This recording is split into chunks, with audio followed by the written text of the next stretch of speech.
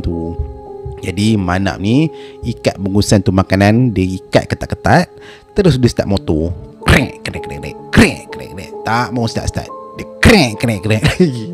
Lepas tu preng preng krek krek krek krek. Menyalalah motor dia. Peliklah bunyi motor aku. Lain macam. Tapi masa Manap ni nak gerak dengan motor dia tu, sebelum dia nak balik, dia perasan macam ada sesuatu yang agak pelik. Manap waktu tu terpandang ke arah dapur rumah mak mertua dia ni. Tiba-tiba dia perasan macam ada seseorang tengah intai dia dari tingkap dapur. Tingkap pula, jenis orang kata yang ala-ala macam tingkap iklan Adabi tu. Adabi melazatkan, tingkap macam tu yang buka macam tu. Dan Manap ni nampak, oh, mak mertua dia punya. Tapi mak mertua aku, kenapa muka dia pucat je ni?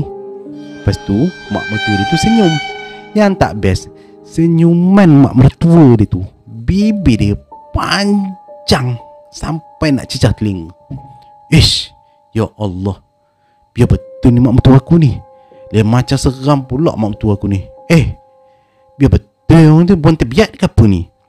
Manap pun bila dia tengok macam tu, dia cuba nak confirmkan.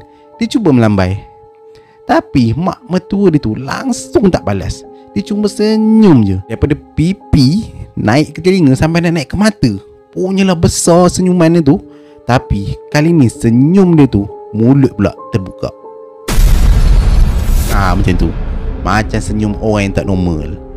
Ish, ya Allah, pahal pula senyum macam tu ni. Kejap.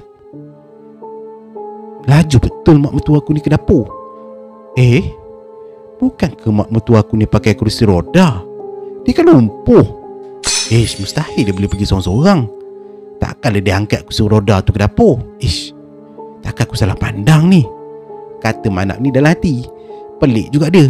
Sebab dari ruang tamu nak ke dapur tu sebenarnya agak jauh, kena lalu 3 pintu. Mak mertua pula tak boleh berjalan, lumpuh. Tapi dia nampak ada dekat dapur. Padahal tadi awal-awal masa Manap ni baru sampai, mak mertua dia tu ada kat ruang tamu. Macam ada benda tak kena lah pula. Senyuman tu pula makin lebar, mata pula tak berkelip. Ya Allah, alamak. Ni bukan mak mertua aku ni. Alamak. Alah, Mak, orang balik dulu ya. Okay, bye-bye, kata si Manap ni. Dia pun terus cabut terus. Tahu ke, pocut motor dia balik ke rumah.